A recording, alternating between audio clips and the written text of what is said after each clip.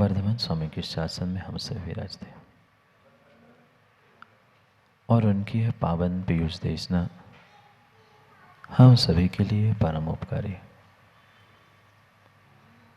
अनादिकाल से हमारी इस आत्मा में जो जन्म जरा और मृत्यु रूपी रोग लगे, उन रोगों का उपशमन करने वाली कोई परम औषधि है तो वह एकमात्र यह जिनवाणी। भव्यात्मा, कुछ दिन पहले एक पंक्ति सुनी थी, प्यासे को पानी पिलाया नहीं, बाधा अमृत पिलाने से क्या फायदा। कोई प्यासा व्यक्ति है, कोई ज़रूरतमंद है, किसी को कोई आवश्यकता है, उस समय आपने सहयोग नहीं किया, उसको पानी नहीं पिलाया, फिर जब बाद में समय बदल गया, उसने अपनी भूख प्यास को मिटाया, फिर आप उसे अमृत भी भेंट करो। क्या काम का अमृत? कोई काम का नहीं। ये भजन कई बार, ये पंक्तियां कई बार माँ आपने सुनी होगी, सुनाई भी होगी, पर क्या उसका प्रयोग कभी हमने अपने जीवन में किया? शायद नहीं किया। आज तक हमने किसी दूसरे के जीवन में या अपने स्वयं में भी अवसर को नहीं खोज पाए, नहीं देख पाए, नहीं समझ पाए। कितना बेशकीमती अवसर, कितने बेशकीमती मौके हमें पल पल मिलते रहे, पर क्या करें हम आज तक समय पर समय के काम को करना सीख ही नहीं पाए। कीमत समय की होती है, कीमत अवसर की होती है। जब अवसर मिलता है, जब मौका मिलता है, तब चौका लगाना चाहिए। जब अवसर मिलता है तब हमें काम करने की आवश्यकता है, क्योंकि ये पक्का है, बार बार मौका मिले, बार बार अवसर मिले जरूरी नहीं है। जरूरी है नहीं। क्या जरूरी है कि अगली पर्याय भी आपको मनुष्य की मिलेगी? एक जैन साहब, कोई ठिकाना है कि अगली पर्याय माँ आपको जैन कुल की ही मिलेगी? क्या भरोसा है राम जी, अगली पर्याय में सच्चे देव शास्त्र गुरु मिलेंगे? क्या भरोसा राजन जी कि अगली पर्याय में ये सब कुछ मिलने के बाद मेरे पास बुद्धि, ज्ञान और विवेक हो? शायद नहीं सीखा। अगर सीखा होता ना तो सेठ जी इस पंचम काल में नहीं आना होता। पंचम काल में आए हैं क्योंकि हम समय से, अवसर से चौथे काल में चूक गए थे। आषाढ़ का चूका किसान और डाली से चूका बंदर हमेशा पछताता है, जिंदगी भर पछताता है। ऐसे ही अवसर से चूका इंसान जिंदगी नहीं, एक जिंदगी नहीं, कई भवों में पछताता है, क्योंकि वह समय से, अवसर से चूक जाता है। कितना ही बाद में उस व्यक्ति को दवाई, अमृत पिलाने का प्रयास कर लेना, पर जरूरत थी तब उसकी कीमत थी। जब आवश्यकता थी तब उसकी कीमत थी। जब सब कुछ था तब तुम पूछो, पेट भर के कोई व्यक्ति पहुंचे और फिर तुम उससे पूछो कि भोजन करना है, उसके लिए क्या कीमत? पर जो भूखा है, जो प्यासा है, उसके लिए कब, कैसे और कितना देने का हमने प्रयास किया और कितना देने का विचार किया। विचार करने की आवश्यकता है। और शायद शायद यही विवेक जागृत ना होने के कारण से सब साधन मिलने के बाद भी हम साधनों का सदुपयोग नहीं कर पा रहे हैं, सन्मार्ग पर नहीं लगा पा। सब मिला, नहीं मिला, धन दौलत, पैसा, नाम, शौहरत, मनुष्य पर्याय, जैन कुल, देवशास्त्र गुरु का सानिध्य, समय समय पर मौके, समय समय पर अवसर मिले, पर उसका कितना कितना और कितना उपयोग निर्मल जी कर पाए? नहीं कर पाए। एक आध बार धोखे से मौका मिल जाना, एक आध बार धोखे से काम हो जाना, इसका मतलब ये नहीं है कि हम विवेक पूर्वक उस अवसर का उपयोग करके जीवन में फायदा उठा रहे हैं। नहीं, वो धोखे से मिल गया, धोखे से पुण्य उदय में आया और वो काम हमने कर लिया। पर धोखे से आने वाले कार्य में, धोखे से होने वाले कार्य में हमारा जीवन बदलने वाला नहीं है। हमें बुद्धिपूर्वक पुरुषार्थ करने की आवश्यकता है अपने जीवन को बदलने के लिए, अपने स्वयं के जीवन को बदलने के लिए मुझे स्वयं से विवेक जागृत करते हुए मुझे स्वयं को जगाना होगा, मुझे स्वयं के भीतर विवेक जगाना होगा। क्या करें? सबको जगा दिया, सबको जगा दी, सबको जगा दिया, पर हम अपने आप को जगा नहीं पाए, हम अपने आप को समझ नहीं पाए, अपने इस मनुष्य पर्याय को तक नहीं समझ पाए। पूरा समय पर व्यक्ति, पर वस्तु, पर धन, पता नहीं कहाँ कहाँ उलझा कर जीव ने रख लिया।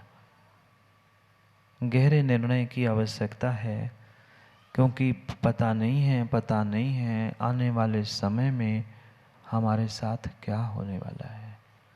पता है आप में से किसी को? आप में से किसी को पता है? जय कुमार जी को शायद पता हो। पता है कुछ? पल का भरोसा न कल का भरोसा। एक मिनट बाद का तो भरोसा है नहीं है, पर व्यक्ति बरसों बाद के सपने संजो कर रखता है। 1 मिनट बाद रहूं कि नहीं, 2 घंटे बाद शाम का भोजन करने में बचूं कि नहीं, ये ठिकाना नहीं है, पर कई बरसों बाद की तैयारी, कई बरसों बाद की व्यवस्थाएं व्यक्ति करने के लिए तैयार बैठा है। अरे भविष्य के भी बारे में सोचना है तो कम से कम वर्तमान में अपने आप को, अपने भावों को, अपने क्रियाओं को, अपने कार्यों को थोड़ा सा सुधारने का प्रयास करो। क्योंकि संसार में अगर कोई अनर्घ्य है, बेशकीमती है, अमूल्य है, तो वह समय पे किया गया काम है। समय पे किया गया काम है। शिष्य ने प्रश्न पूछा, गुरुजी किम अनर्घ्यम, हम अनर्घ्य पद प्राप्त करने के लिए भगवान के सामने अर्घ्य चढ़ाते हैं, चढ़ाते आप लोग? अनर्घ्य पद प्राप्त है अर्घ्यम निरूपयामिति स्वाहा, पर भगवान ये अनर्घ्यता है क्या? पंचम काल में हमें अनर्घ्य पद मिलने वाला है नहीं है, भगवत्ता मिलने वाली नहीं है, क्यों हम अर्थ व्यर्थ में अनर्घ्य पद को प्राप्ति के लिए ये अर्घ्य चढ़ाएं? क्या प्रयोजन है? क्या इस संसार में भी अनर्घ्य पद है? वो अनर्घ्य पद तो जब मिलेगा तब मिलेगा, पर संसार में भी बेटा अनर्घ्य पद है, गुरु ने कहा।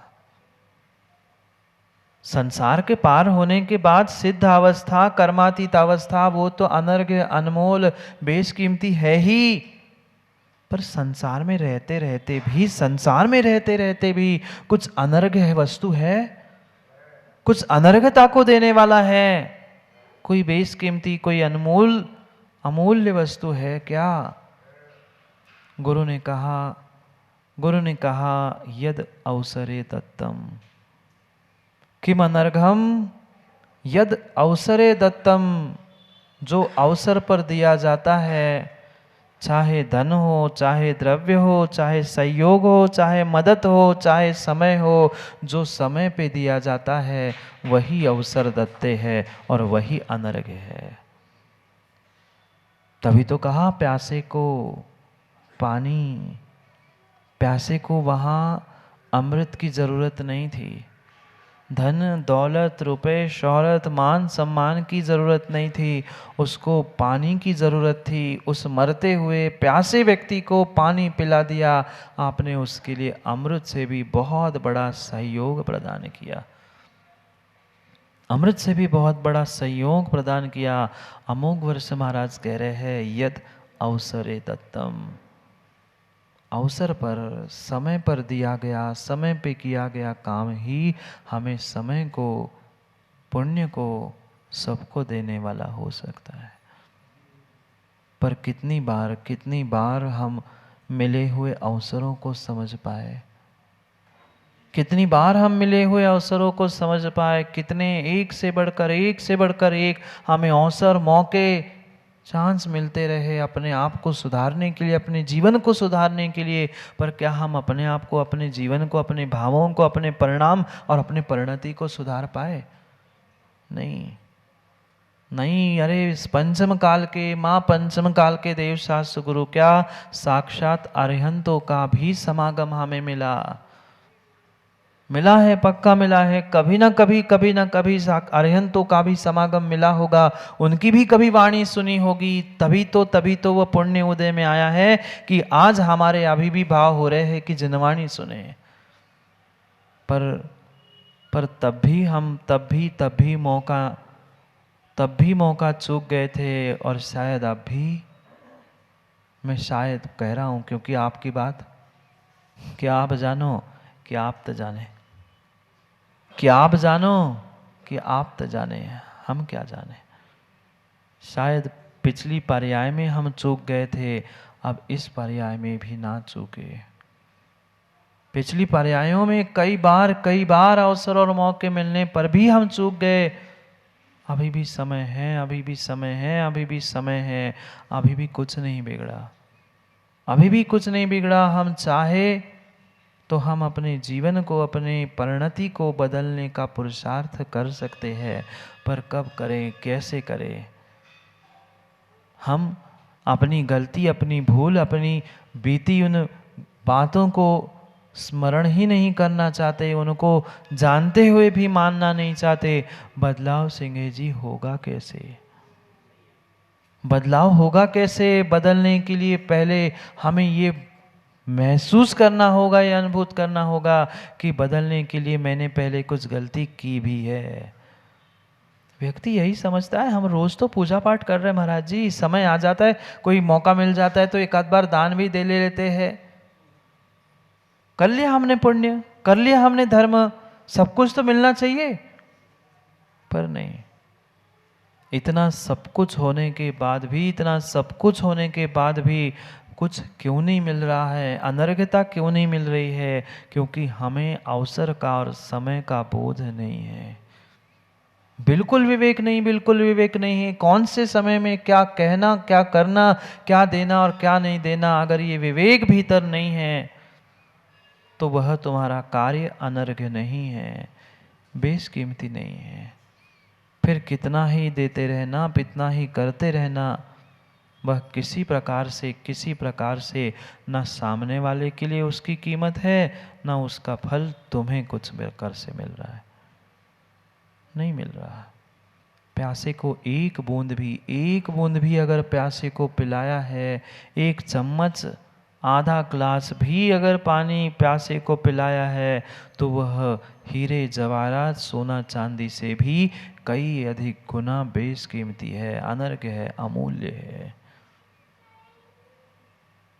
पर कभी जीवन में हमने इन बातों पर विचार किया? नहीं किया। सभी प्रकार के साधन घर में उपलब्ध है, सभी प्रकार के साधन घर में उपलब्ध है। घर में क्या, वर्तमान में आपके सबके पास बहुत कुछ देने जैसा है, पर क्या करे, देने की दानत ही नहीं है, देने की दानत ही नहीं है, देने की दानत ही नहीं है। हजार क्या, लाख क्या, करोड़ भी दे दे तो भी कम नहीं पड़े, पर देने का जब भी समय आता है व्यक्ति के हाथ कांपने लगते हैं। क्या करें? क्या करें, देने की व्यवस्था कभी हमने सीखी नहीं है। जब भी कुछ करने की बात आई, हमेशा हाथ आगे रहा लेने के लिए, ना कि देने के लिए। देने के लिए जब भी समय आता है व्यक्ति मुंह छुपाकर छुप जाता है, और लेने की जब भी बात आती है तो लाइन कर खड़े होकर भी लेने के लिए पहुंच जाता है। क्या आप लोगों ने नहीं देखा? कहीं फ्री का कुछ मिल रहा हो, भले ही माताओं से कह देना वह फ्री में चवन्नी अठन्नी की भी सामग्री हो, लाइन लगी मिल जाएगी माताओं की, क्योंकि फ्री में सामग्री मिल रही है। वही चवन्नी अठन्नी देने की बात हो तो तब घर से निकलने की भी इच्छा नहीं होती, विश्वास मानना, जब तक दोगे नहीं तब तक मिलेगा नहीं, जब तक दोगे नहीं तब तक मिलेगा नहीं, जब तक छोड़ोगे नहीं तब तक प्राप्त होने वाला नहीं है। नहीं है। ये क्रॉस वेंटिलेशन है सिंगई जी, ये क्रॉस वेंटिलेशन है। क्रॉस वेंटिलेशन समझते आप लोग? थोड़े बहुत तो पढ़े लिखे हमसे ज्यादा हो ही। एक खिड़की के सामने दूसरी खिड़की, दरवाजे के सामने खिड़की, खिड़की के सामने दरवाजा, कुछ ना कुछ आमने सामने करते हो। क्यों करते हो? वहां तो क्रॉस वेंटिलेशन चाहिए हमें, एक तरफ से हवा आए एक तरफ से निकल जाए तो काम बन जाए। भले ही एक दूसरे के सामने दो खिड़कियां है, पर एक खिड़की बंद रखना, एक खोल लेना, हवा अंदर खोल के देख लेना, हवा अंदर नहीं आएगी। जैसे ही सामने वाली खिड़की खोलोगे तुरंत हवा बहने लग जाएगी। क्यों?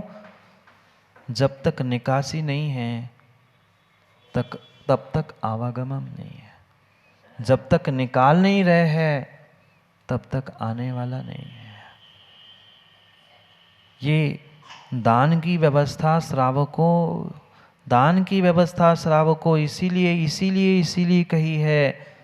जब तक तुम जोड़ते जाओगे तब तक नीचे ही बढ़ते जाओगे, और वही निकासी, उसके लिए निकालने के लिए आपने स्थान बना लिया।